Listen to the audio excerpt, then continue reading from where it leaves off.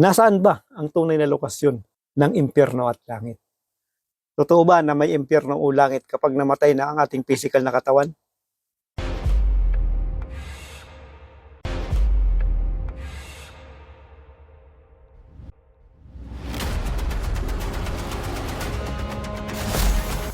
Mapagpalang araw, muli ako nga pala si Robert. Halos karamihan, nabubuhay sila ng may takot, may guilty sa sarili dahil sa kakahabol nila na hindi mapunta sa impyerno kapag nawala na yung physical na katawan o namatay. Dahil sa hindi nila kilala yung sarili nila at kahit mga bata pa ay nakakaranas na dito dahil sa paniniwala ito o mga sinusundan. At mismo ako naranasan ko rin ito na kahit bata pa nandun yung nararanasan nilang hindi maganda, na takot, nandun sa ginagawa nila yung pag-submit o magsunod-sunuran sa mas nakakatanda sa kanila, na kahit alam naman nila ito na totally may kontra sa sarili nila, ay sumusunod sila dahil nga sa ito ang paniniwala na nagagaya, pangunawa na nakukuha. Kaya't kahit mga bata pa sila ay nakakaranas din sila nito dahil sa maling paniniwala o dahil sa pangunawa o kung paano ito na ipoprogram sa mga pangunawa o bawat individual o bawat tao o bawat bata. Kaya't nakakaawa, napakarami mga bata pa nakakaranas na ng hindi maganda ng paulit-ulit ng takot, worry, guilty sa sarili. Dahil lang sa ito na ang paniniwala o na-adapt na ng husto ang paniniwala na mag-submit, magiging mabuti ka, mag-submit sa nakakataas o nakakatanda o maging mabuti ka, ikaw ay mapupunta sa langit. At kapag hindi ka sumunod sa kanila, hindi ka nagsunod-sunuran sa kanila, ay mapupunta ka sa impyerno. Naranasan ko rin ito mismo. At nakadepende rin sa isang individual ang kanilang mga pag-uugali hanggang sa pagtanda nila o ang kanilang mga gagawin. Nakadepende ito sa nakapalibot sa kanila, mga napapanood nila, itinuturo ng magulang. Kaya kung ano ang pangunawa o paniniwala ng mga magulang, sa lugar ng kalalakihan nila, ay magiging ganun din sila. Naging natural na sa lipunan, naging natural na sa karamihan na makaranas talaga ng paulit-ulit ng hirap dahil sinasabi nila na kasama na raw ito sa buhay. Dahil nandun yung takot nila na mapunta sila sa impyerno kapag nawala na yung physical na katawan. At mismo ako ay mga naranasan ko rin ito noon nung hindi pa totally na nagising ang aking sarili o nakilala ko yung sarili ko, kung sino ba talaga ako.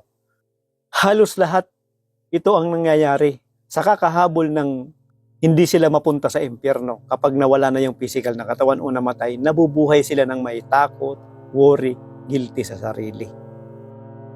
Dahil sa maling paniniwala o maling sinusundan nila. Nandun kasi yung kalayaan sa atin. Kung anong gustong gawin natin, walang sino man ang pwedeng magsabi na dapat ito ang gawin mo, ito ang tama, dahil meron tayong kanya-kanyang pag-aanalisa, meron tayong kanya-kanyang pangunawa. Nasa atin ang tunay na kalayaan, kaya't nakadepende sa iyo, sa paniniwala mo, sa sinusundan mo, ang magiging takbo ng buhay mo dito sa mundo. Ngunit sa aking pag-aanalisa, parang wala sa simpleng katinuan ng isip o logic ang ganitong pangunawa na halos araw-araw, andun yung hirap, halos araw-araw nakikita ko sa palibot ko yung hindi magandang nangyayari, nagdudulot ng hindi maganda sa sarili o sa lipunan, ay nagiging natural na ito, nagiging normal na ito. Ngunit nandun pa rin yung hirap, yung pagtitiis. Ngunit ang ipinapakita nila ay ang nangyayari ay nagkakaroon lang ng maskara ang bawat individual o pinipiki nila yung sarili nila upang hindi maipakita sa kapwa na nakakaramdam sila ng hindi maganda, nakakaranas sila ng paulit-ulit ng hindi maganda dahil sa ego o image na iniingatan ng bawat individual. Na ito mismo ang magpapahirap sa'yo. Na ito mismo ang magkokontrol sa'yo. Dahil itinanim na nga ito sa'yo, umpisa pa pagkabata mo. Kaya't sa mga magulang na hindi nakakaunawa, ganun at ganun pa rin ang mangyayari sa mga pamilya nila o anak nila. O wala sa tamang pangunawa ang ganitong paniniwala o ganitong ginagawa na nabubuhay ka ng hindi maganda, nabubuhay ka ng hindi malaya, nabubuhay ka ng paulit-ulit na nakakaranas ka ng hirap, paulit-ulit na takot, worry, guilty sa sarili na hindi ka lang makapagbigay ng kung ano sa mga sinasabi nilang kautusan o porsyento sa kinikita mo. Hindi ka lang sumunod sa sinasabi nilang tulay daw pupunta doon sa kaligtasan o papunta doon sa pinaniniwalaan mo na hindi mo nakikita. Hindi ka lang makasunod sa kanila, ay nandun na yung takot, nandun na yung guilty na baka mapunta ka sa impyerno. Ngunit yung nararanasan mo naman ay mas malala pa sa impyerno. Dahil araw-araw kang nakakaranas ng hindi maganda sa kakahabol na maligtas ka sa impyerno kapag nawala na yung physical na katawan mo. Wala po sa tamang katinuan na pag-iisip kapag ganun po ang pangunawanin natin. Naging ganyan din ako dati. Ngunit sa panahon ng pagturo sa akin ng katotohanan ay doon ko na naunawaan na kasama pala iyon sa panlilinlang ng invisible na kulungan o kasamaan. Dahil yun talaga ang nangyayari. At kapag nabuhay ka naman na nakilala mo na yung sarili mo, na hindi ka nagpapakontrol sa masamang sistema o invisible na kulungan, na wala sa'yo sa sarili mo yung mga parasite o laso na dala-dala ng servant ng invisible na kulungan, na wala kang inggit sa kapwa, wala kang selos sa kapwa, wala kang kasakiman sa sarili mo, hindi ka nakikipagtunggali sa ninuman, gusto mo lang maging mabuhay ka ng para sa pamilya mo, para sa sarili mo upang maging masaya ka. Wala yung kayabangan sa sarili mo o hindi ka konektado o nagpapagamit ng masama. Ano ang mangyayari sa sarili mo? Di ba napakagaan sa sarili mo na ang pakiramdam mo ay nabubuhay ka ng parang nasa langit dahil hindi ka nakakaranas ng sama ng loob, hindi ka nakakaranas ng sakit sa ulo dahil hindi ka naghahangad ng kung ano-ano at malaya ka na ginagawa mo ang gusto mo at nagagawa mo yung purpose mo na mag-create ka ng kung ano-ano. Hanggat hindi ka nakakasira o nakakapagdulot ng hindi maganda sa palibot mo o kapwa mo. At kapag nabuhay ka na nandyan sa'yo nakatira o hindi mo alam na may nakatira sa sarili mo na mga parasite o lason, dala-dala ng servants ng invisible na kulungan, at ito na yung kasakiman, ipagkompetisyon sa kapwa, inggit o selos, kayabangan, paggamit o pagpakalat ng illegal na droga, at pagsusugal, at marami pang iba.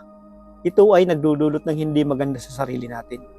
Paulit-ulit ka makakaranas ng worry, takot, guilty sa sarili, o hindi maganda. At andun na yung sobrang pagprotekta mo sa ego mo, na yun din mismo o nagbibigay ng hindi maganda. At yung panahon na mayroon tayong physical na katawan, ay ito yung panahon ng pagsasama ng kung sino tayo, isa kang tunay na buhay, isa kang tunay na awareness, parte ka ng tunay na pinagmulan na nagkaroon ng physical na katawan upang mag-experience. Kaya ang makakaramdam lang sa atin, ang magkakaroon pa lang ng pakiramdam ng hindi maganda o maganda habang may physical na katawan ka. Kapag nawala na yung physical na katawan mo, ay hindi ka na makakaramdam ng sakit.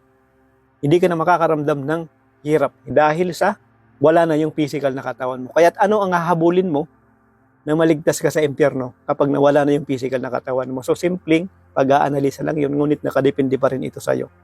Kapag bukas na ang paunawa mo, ay naiintindihan mo na ito. Ngunit kapag hindi pa, ay maguguluhan ka talaga. Ngunit isipin mo at alalahanin mo ito kapag mag-isa ka, dahil ito ang totoo. Kapag natutulog ka, ang pagtulog natin ay paraan yan kung paano sanayin o maitraining yung katawan natin na kung paano tayo hihiwalay sa ating katawan.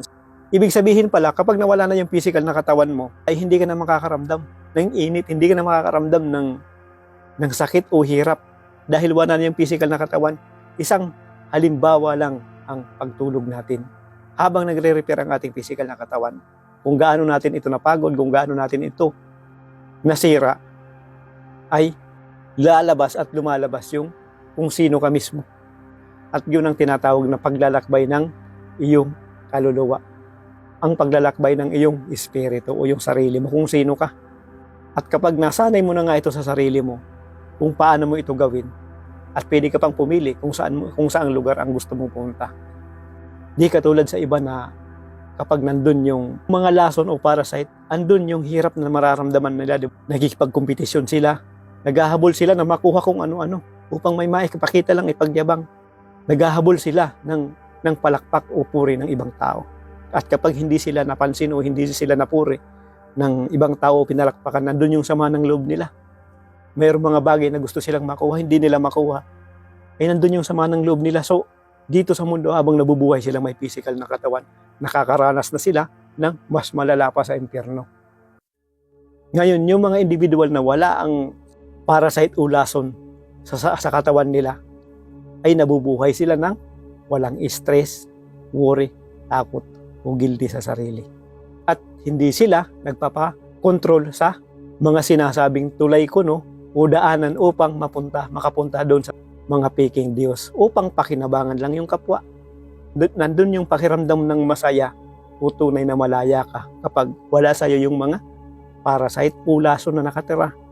Ngunit kapag nandyan sa'yo sa sarili mo, gumagana yung mga parasite lason na ay mabubuhay ka ng araw-araw ng nasa impyerno.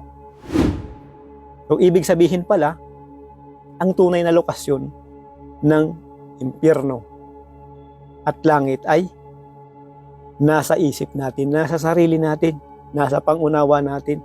Dahil iprinogram na ito, inilagay na ito. Umpisa pagkabata mo, dahan-dahan niya na inoprogram sa'yo.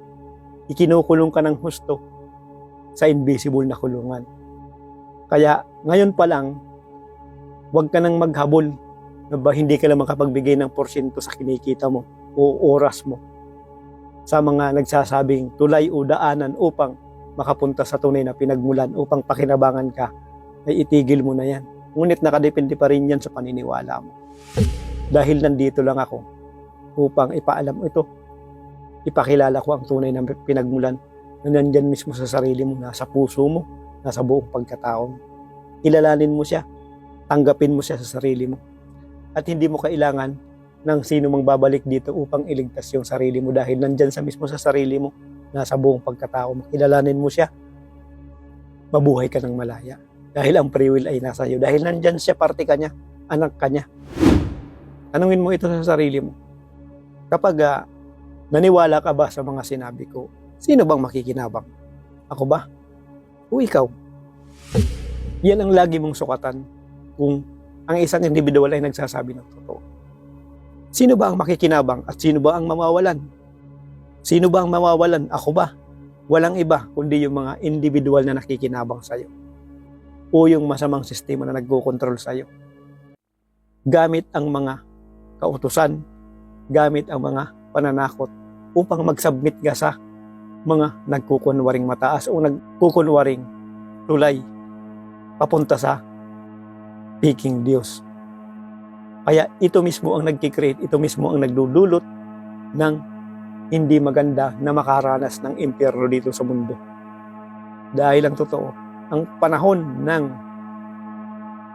pagtulog natin, isa yan sa example ng mauunawaan mo na kapag nawala na yung physical na katawan, ay walang impyerno.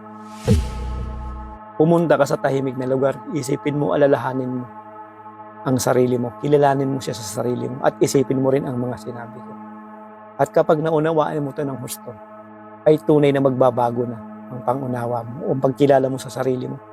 Dahil ang totoo ay hindi mo kailangan ninuman, kahit ako mismo ay hindi mo ako kailangan upang maging daan, upang makarating ka sa tunay na pinagmulan. Dahil nandyan sa mismo sa sarili mo, nasa puso mo, nasa buong pagkatao mo. Hindi ka tulad sa iba, ginagamit nila ang mga salitang yun upang pakinabangan ka. Kontrolin ka, gamitin ka, dahil kasama rin sila sa konektado ng masamang sistema dito sa mundo o invisible na kulungan. At malaking bagay na rin sa akin ang like mo yung video ko, subscribe ka sa akin, at share mo na rin sa mga ibang individual na alam mong naghahanap din ng ganitong informasyon upang maikalat natin at maipakilala natin sa karamihan na ang tunay na pinagmulan ay nasa bawat isa sa atin, nasa puso mo, nasa buong pagkatao mo. At yan ang pag-uumpisahan ng pagbabago dito sa mundo. See you sa next video ko.